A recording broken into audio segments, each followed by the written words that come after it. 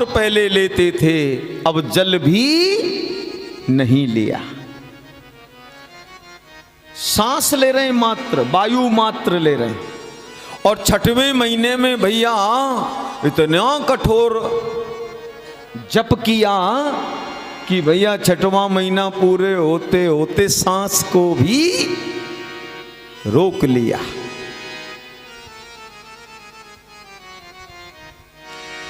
छठवां महीना पूरे होते ध्रुव जी ने सांस को भी रोक लिया।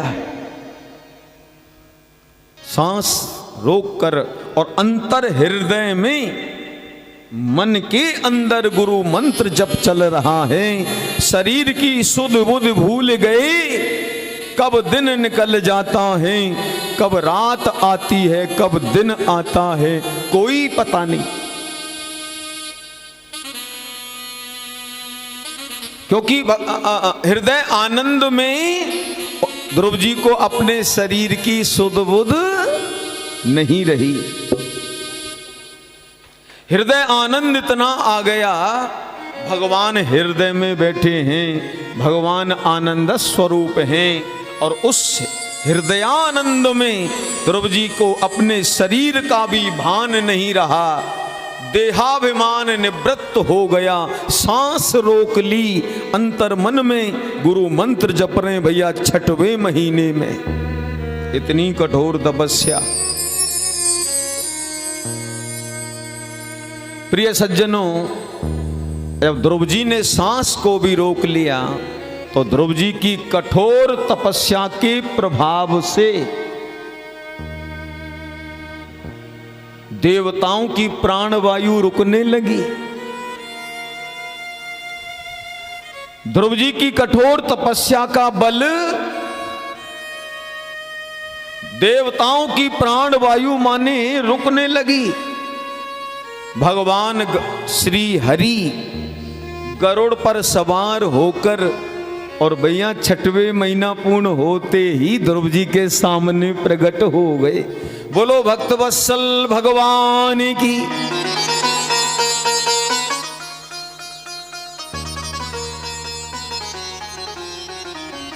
भगवान ने कहा बेटा नेत्र खोलो, मैं आ गया। हाँ बेटा नेत्र खोलो, मैं आ गया। ध्रुव जी ने नेत्र नहीं खोले।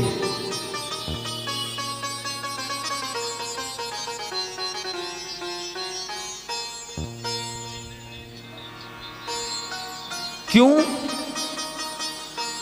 क्योंकि ध्रुव जी को ये पता ही नहीं चला कि क्या हो रहा है, कौन बोल रहा है। जिसको अपने शरीर का भान नहीं रहा, दिन रात का पता नहीं, सर्दी गर्मी का पता नहीं, हृदय आनंद ब्रह्मानंद में खो गए ध्रुव जी। चिंतन में भगवान कह रहे हैं बेटा नेत्र खोलो।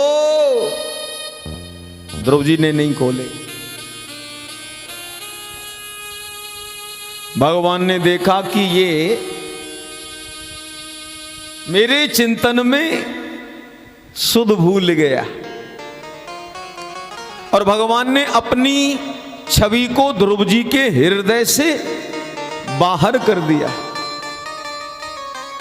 और जैसी भगवान की दिव्य छटा, आनंद स्वरूप भगवान की छवि हृदय से गई, एकदम मन व्याकुल हुआ और आंख खुल गई। आंख खोल के देखा जिन भगवान को 6 महीने से भज रहा था वो भगवान जगदीश्वर सामने खड़े हैं। प्यार से बोलो राधे राधे। ध्रुव जी ने लेट करके साष्टांग लंबे लेट गए और भगवान के चरणों में प्रणाम किया। अब फिर हाथ जोड़ के खड़े हो रहे हैं। फिर हाथ जोड़ के ध्रुव जी प्रार्थना करना चाह रहे हैं।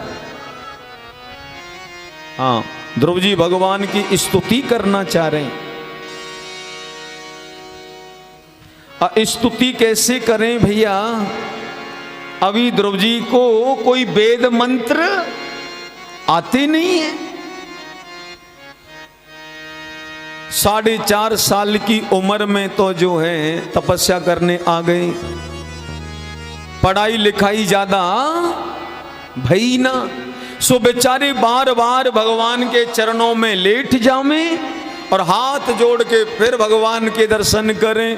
अब सोच स्तुति करना चाह रहे हैं, लेकिन ओम जय जगदीश हरे की आरती भी याद ना है बोले कहा। प्यार से बोलो राधे राधे। फिर चरणों में लेट जावे। भगवान ने अपना शंख लेकर ध्रुव जी के कपोल से लगाया, ध्रुव जी के गाल से स्पर्श करा दिया।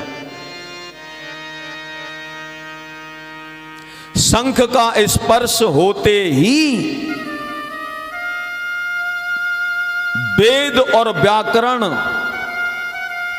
सारा ज्ञान ध्रुव जी को स्मरण हो गया।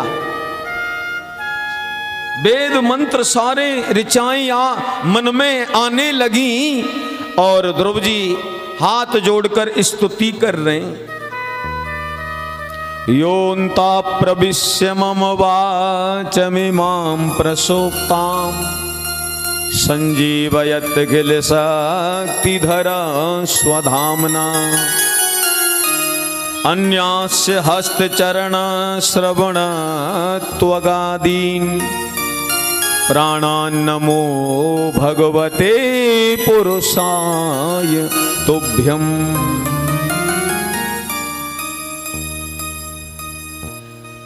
समस्त शक्तियों को धारण करने वाले जिन प्रभु ने मेरे अंदर प्रवेश होकर मेरे सारे सुप्त ज्ञान को जगाया, जगत पालनहार जगदाधार जगदीश्वर उन भगवान के चरणों को मैं बार बार प्रणाम करता हूं। ध्रुव जी ने स्तुति करी। भगवान बोले बेटा वरदान मांग ले, मैं वरदान देना चाहता हूं। ध्रुव जी कहने लगे प्रभु मैंने आपको पा लिया, अब मुझे कुछ नहीं चाहिए।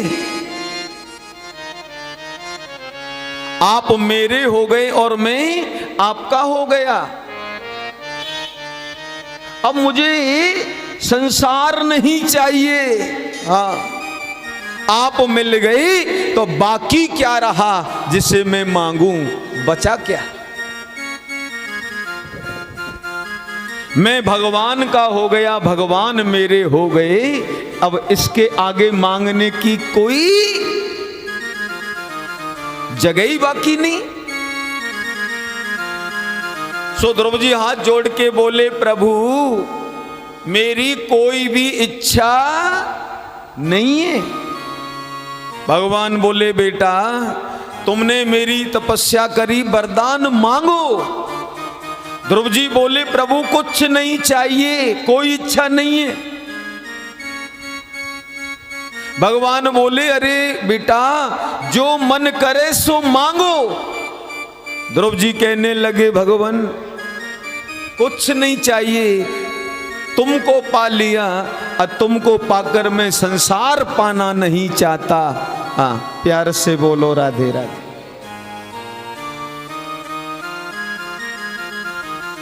तो बिन मांगे भगवान ने ध्रुव जी को वरदान दिया। भगवान कहने लगे बेटा मैं प्रसन्न होकर तुम्हें वरदान देता हूं। 36,000 बरस तक, कितने बरस? 36,000 वर्ष तक तुम राज गद्दी पर बैठकर राज सुख भोगोगे, राजा रहोगे और 36,000 वर्ष तक तुम एक छत्र राज करोगे। हमारी तुम्हारी उम्र कितनी है? लगभग 70-80।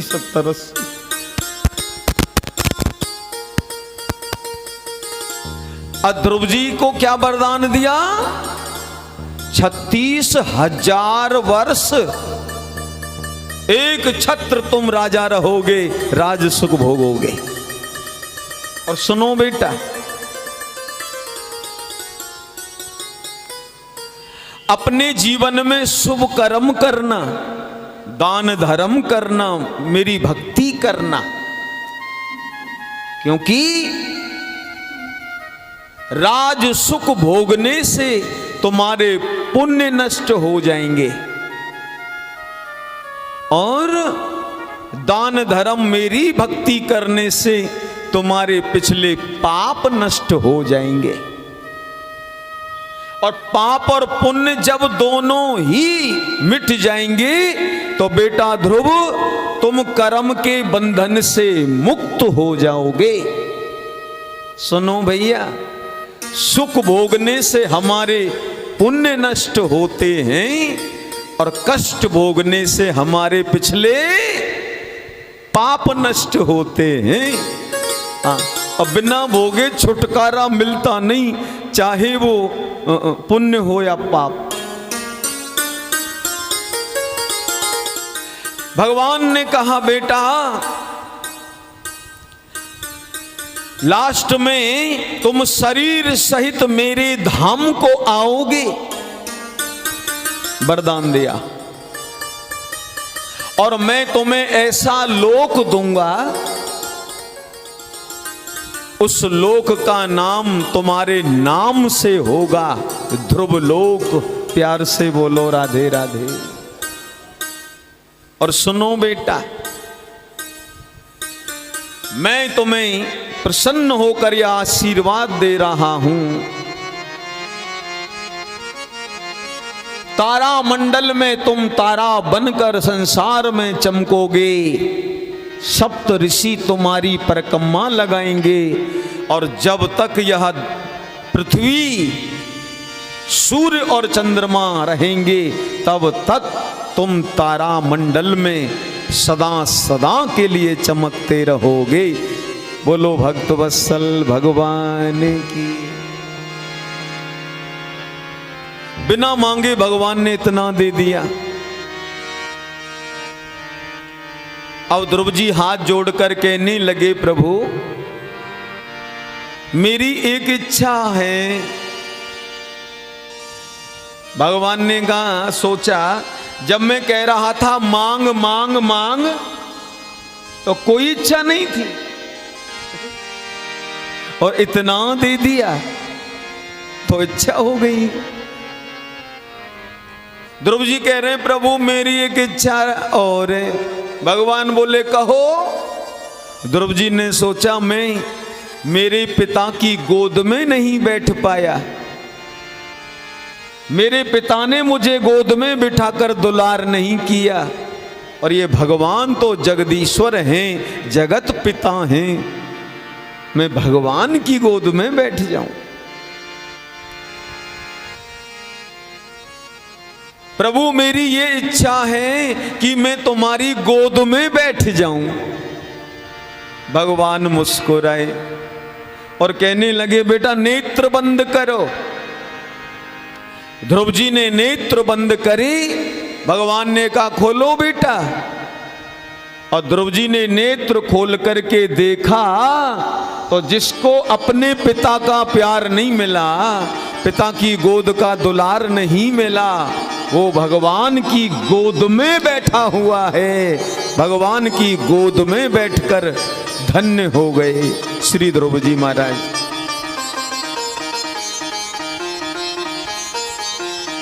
भगवान ने दुलार किया और आशीर्वाद देकर भगवान अंतर्ध्यान हो गए। पूज्य सुखदेव स्वामी कहते हैं, राजन देव ऋषि नारद जी ने राजा उत्तानपाद को संदेश दिया, राजन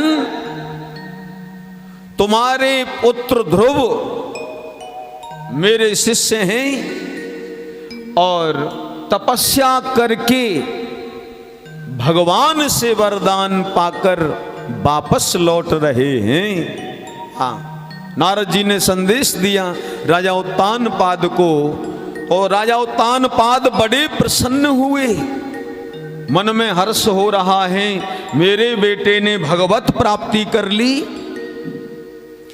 बाल उम्र में ही इतने बड़े उपलब्धि को पा लिया। अब तो प्रसन्न होकर उत्तानपाद राजा ने ध्रुव जी के स्वागत के लिए बाजे बजवाए, नगर को सजवाया, और ध्रुव जी के सम्मान में बहुत भीड़ हुई, ध्रुव जी के ऊपर पुष्प वर्षा हुई। हाँ, जा पर कृपा राम की होई, ता पर कृपा करहि सब कोई। ध्रुव जी महाराज आई, भैया धीरे धीरे समय आगे चला। सुखदेव स्वामी कहते हैं, राजन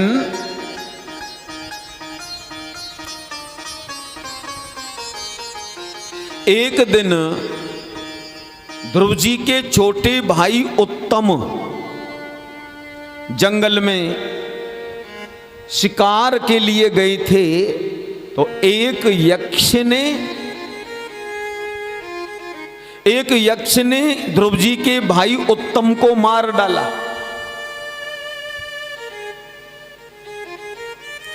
ध्रुव जी के भाई उत्तम को एक यक्ष ने मार दिया। इसकी सूचना जब ध्रुव जी को पता चला कि मेरे छोटे भाई को यक्ष ने मार दिया, ध्रुव जी को बड़ा क्रोध आया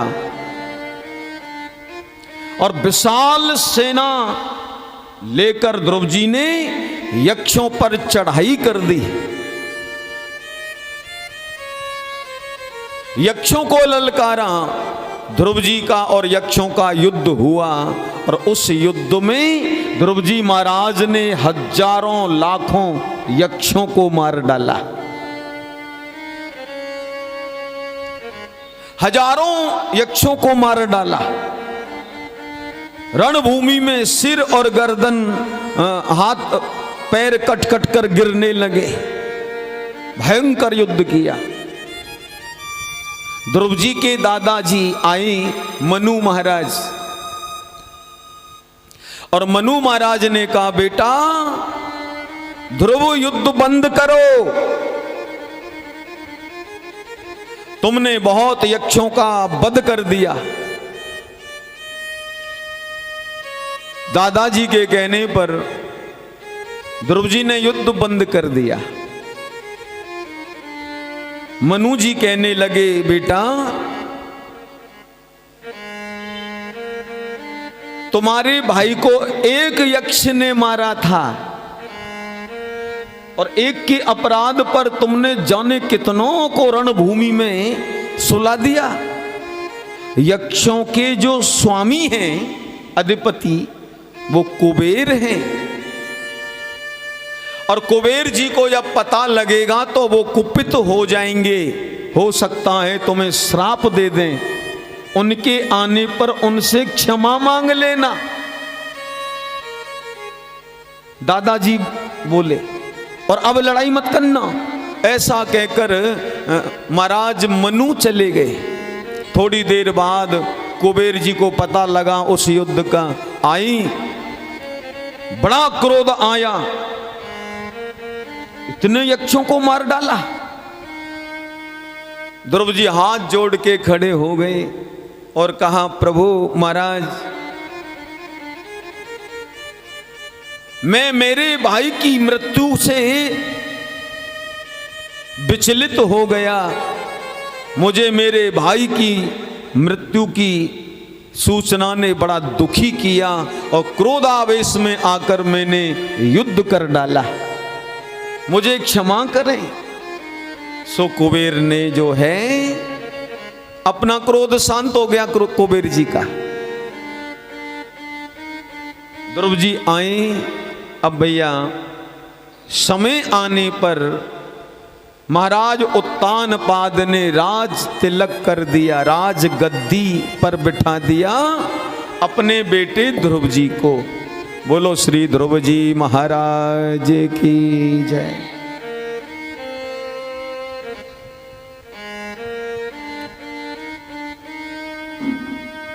ध्रुव जी राज सिंहासन पर राज सुख भोग रहे हैं। 36,000 वर्ष तक ध्रुव जी ने राज सुख भोगा।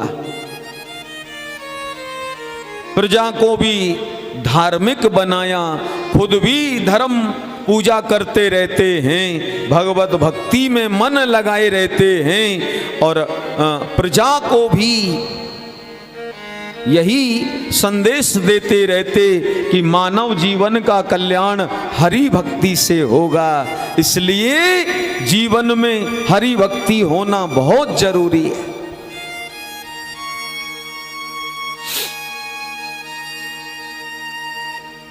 यह शरीर विषय भोगने के लिए नहीं मिला, ये शरीर तो भैया उत्तम विचार रखते हुए भगवान की भक्ति के लिए मिलता है। प्यार से बोलो राधे राधे। ध्रुव जी महाराज ने 36,000 वर्ष राज्य किया, राज सुख भोगा और उनके भी संतानें हुई और पुत्र वधू घर में आई तो भैया अपने पुत्रों को राज्य सौंपकर श्री ध्रुव जी महाराज बद्रिकाश्रम चले गए। पुनः घर में व्यक्ति को तभी तक ज्यादा आसक्ति रखनी चाहिए जब तक पुत्र वधू ना आ जाएं। माँ बाप को घर में तभी तक ज्यादा मोह रखना चाहिए जब तक बेटों का विवाह ना हो जाए। बेटा बेटी का विवाह हो जाए फिर घर में मोह नहीं करना चाहिए। सुनो, ध्रुव जी महाराज घर छोड़कर वानप्रस्थ हो गए, राज मोह छोड़ा, कुल मोह छोड़ा, राजमहलों का सुख छोड़ा और हरि भक्ति के लिए दोबारा से चले गए। हमको भी भैया भगवान संदेश भेजते हैं।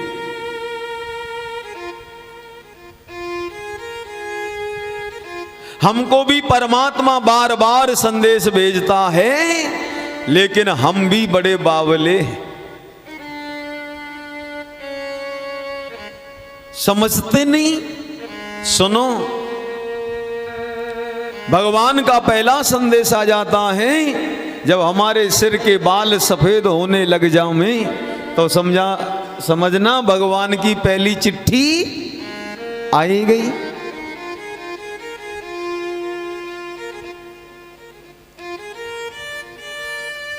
बालों में सफेदी आने लग जाए, सफेद होने लग जाए तो समझो भगवान की पहली चिट्ठी आई गई। भगवान संदेश दे रहे हैं, अरे बाब रे, मानव बनकर मानव जीवन मैंने तुझे दिया, क्या करने भेजा था और क्या कर रहा है। आजकल बड़े चालाक हैं सब, बालों में काला रंग पोत लेते और बार बार पोतते रहते हैं। मैं भी ऐसे ही करता हूं। प्यार से बोलो राधे राधे। हाँ, ये पहली चिट्ठी है। भगवान समझाते हैं कि जिसके लिए भेजा था वो तो कर नहीं रहा है और संसार में विषय वासना में आसक्ति करके कुछ और ही करने लग गया। सो भगवान फिर दूसरी चिट्ठी भेजते हैं। क्या? मुंह में ते दांत गिरवे लग जामे।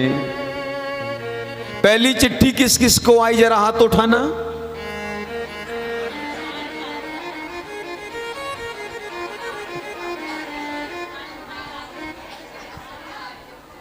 पहली चिट्ठी किस किस को आई? आपको नहीं आई? मुझको भी आ गई।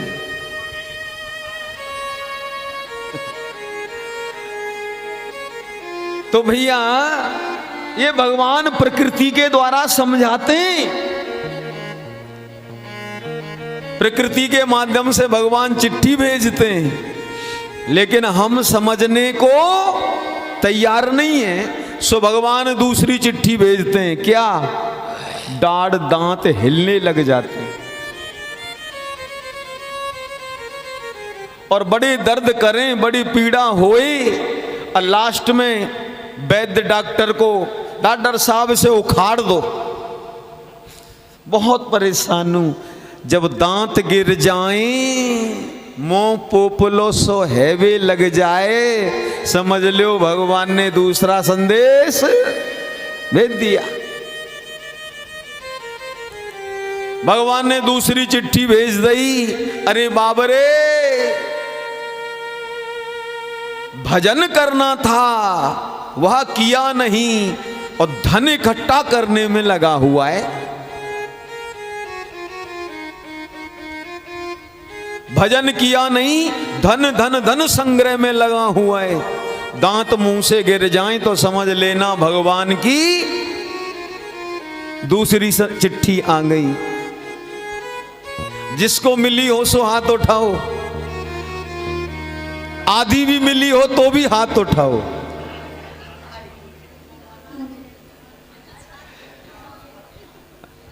आधी हमको मिल गई, 2-3 दाढ़ थोड़ा इधर उधर पोली हो रही है।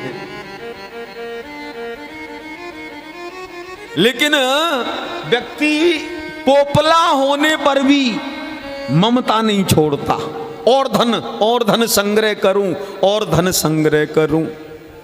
भूल जाता है कि बाल सफेद हो गए, दांत गिर गए। भगवान ने सोचा ये तो फिर बाबरा नहीं समझा, नकली दांत लगवा लिए। नकली से काम चलाता है, बालों को पोत लेता है काले रंग में। सो भगवान ने तीसरा संदेश भेजा, आंखों से कम दिखने लगा, आंखों पे चश्मा लग गया। ये भगवान की तीसरी चिट्ठी है प्यारे। ये किसको मिली? जरा हाथ उठाना। कम दिखे? यशोदा मैया है तो पूरा दिखे, हाथ ही ना उठाए नहीं। यशोदा मैया खूब ही दिखे।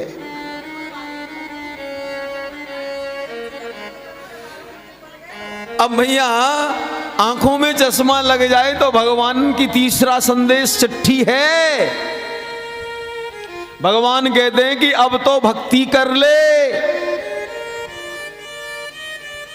अब तो अपने आत्म कल्याण का कर्म कर ले। लेंस लगवा लेंगे, चश्मा लगवा लेंगे और काम चलाएंगे, पर अपने आत्म कल्याण का काम नहीं करेंगे।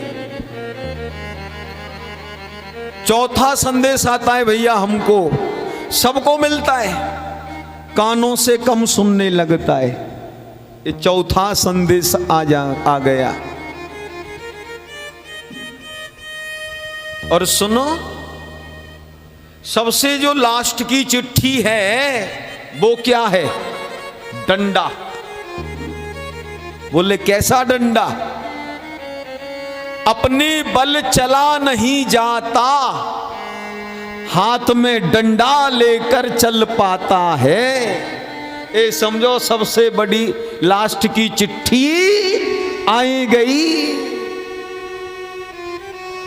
जी सब पे ना आई, और जहां पे आ गई हो सो हाथ उठाए दो। हाँ, डंडे के सहारे व्यक्ति चलता है, ना रूप रहता है ना बल रहता है, याददाश्त भी नहीं रहती प्यारे। माइंड भी उतना काम नहीं करता, सब कुछ धीरे धीरे कमजोर हो गया। बल चला गया, रूप चला गया, स्मृति चली गई, अपने बल खड़ा नहीं हुआ जाता, चला नहीं जाता। ये लास्ट चिट्ठी है। अंगम गलितम पलितम मुंडम दसन विहीनम जातम तुंडम वृद्धो याति गृहीत्वा दंडम तदपि न मुंचन्तासा पिंडम। शरीर ढीला हो गया, रूप चला गया, चेहरे पे झुर्री पड़ गई, मुंह पोपलो है गयो, आंखन ते ज्यादा दिखे नहीं, सिर हलवे लग गो, डंडे के सहारे चले, तदपि फिर भी ना मुंचन्ता आशा पिंडम, आशा का पिंड फिर भी नहीं छोड़ रहा है, फिर भी उसी में लगा पड़ा है, पिंड नहीं छोड़ रहा है।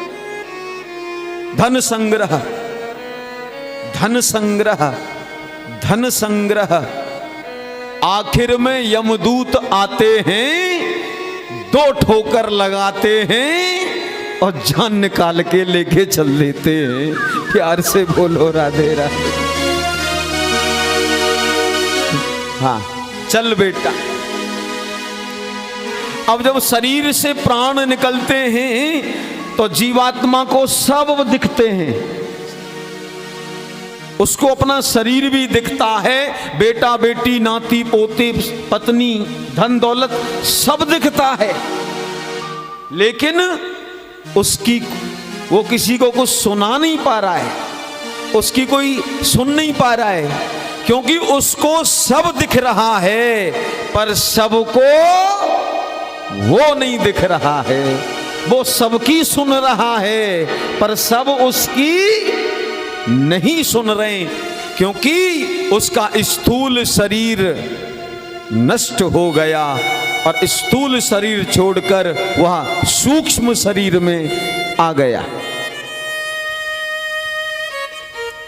अब जिंदगी भर कमा कमा के जो घर बनाया उसे छोड़ना नहीं चाहता, शरीर के चारों ओर मंडराता है, मेरा शरीर, अरे मैं, अरे मैं, अरे मैं, हाल ही शरीर का पीछा नहीं छोड़ता, क्योंकि 80 साल 90 साल इस शरीर में रहा तो इतना मोह हो गया इस शरीर से, इतना लगाव है शरीर से, शरीर को ही मैं मानता है, तो शरीर के चारों ओर मंडराता है, लेकिन वो शरीर को प्राप्त नहीं कर पाता। घर वाले ले जाते हैं, शरीर को जला देते हैं और वहाँ 13 दिन तक सब कुछ देखता है, सब छूट जाता है, अकेला पड़ जाता है, और वो कोई और नहीं है, वही हाल हमारा और आपका होना है। सुनो, जिस परिवार के लिए कितना कितना कमाया, जिस परिवार के लिए कितना कितना पसीना बहाया, जिस परिवार पालन के लिए जाने कितनी झूठ बोली, अंत समय तो ही तज दे पांवर, तू ना तजे अब हीते, मन पछतई है अवसर बीते। अरे प्राणी, अंत समय तुझे तेरा संसार छोड़ देगा, तू संसार को छोड़ देगा। जिस परिवार के लिए कितना कितना मेहनत की, कितना पसीना बहाया, जिस परिवार के लिए कितनी झूठ बोली, नाना भांति के कुकर्म आदि छल कपट से जिस परिवार के लिए धन संग्रह किया, एक दिन तू उन सब को छोड़कर जाएगा। सुनो भैया,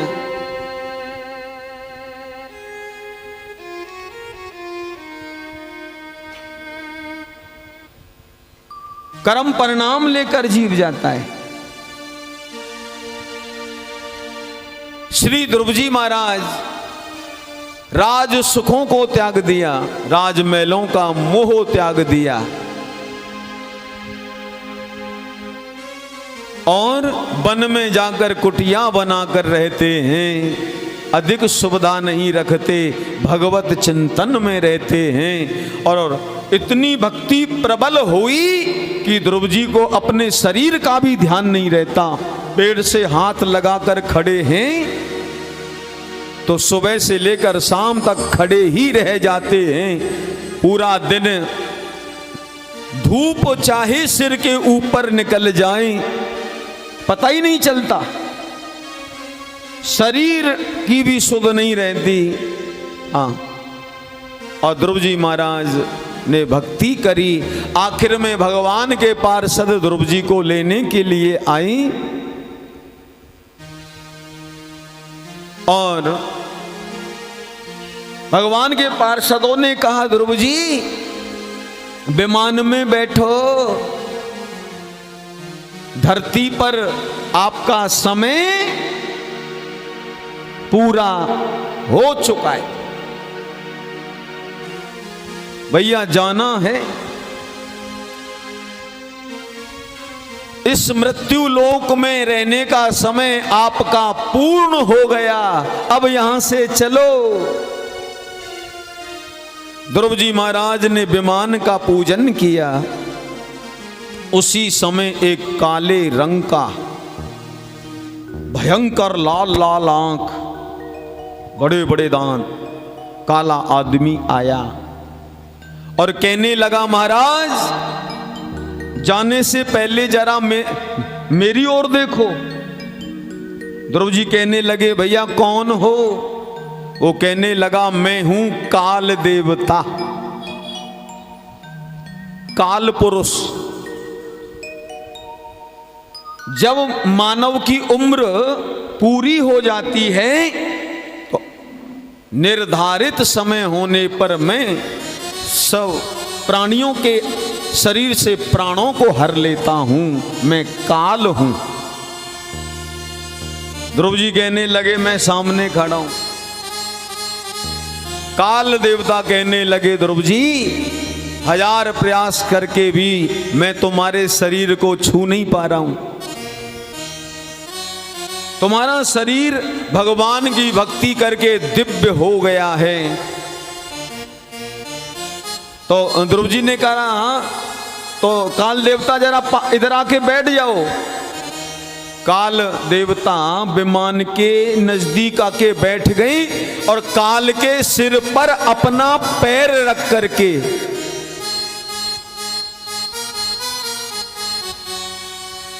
काल के सिर पे अपना पैर रख करके ध्रुव जी विमान में बैठ गए।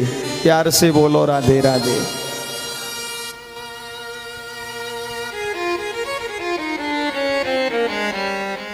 विमान में बैठ गए, शरीर सहित ध्रुव जी जा रहे हैं। भगवान के पार्षद ध्रुव जी को लेकर के भगवत धाम की तरफ जा रहे हैं। बहुत ऊपर पहुंचे तो ध्रुव जी ने विमान को रुकवा दिया और ध्रुव जी ने कहा, पहले मेरे माता पिता का उद्धार होना चाहिए, तब मैं जाऊंगा। भगवान के पार्षदों ने दिखाया, ध्रुव जी तुमने तो अपने कुल की 21 पीढ़ियों को तार दिया। कुलम पवित्रम जननी कृतार्था वसुंधरा पुंडवती सतेना स्वर्गे स्थितेपि पितरोपि धन्या ये शाम कुले वैष्णव नाम ध्येय।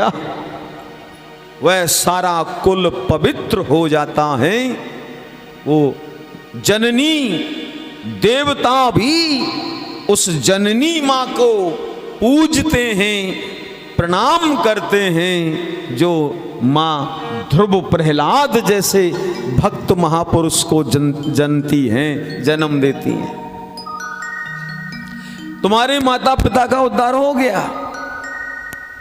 अब ध्रुव जी दोबारा से फिर चले हैं, ध्रुव लोक पहुंचे हैं। तारा मंडल में ध्रुव जी को धाम मिला। ध्रुव लोक आज भी ध्रुव जी तारा बनकर सबको दर्शन दे रहे हैं। बोलो श्री ध्रुव जी महाराज की जय। सप्तऋषि ध्रुव तारा की परिक्रमा लगा में।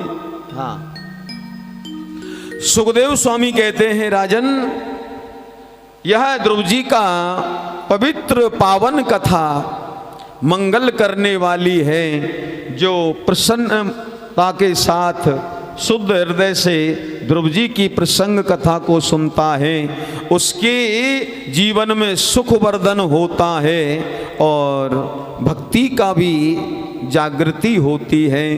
बोलो बांके बिहारी लाल की जय। जय जय श्री राधे।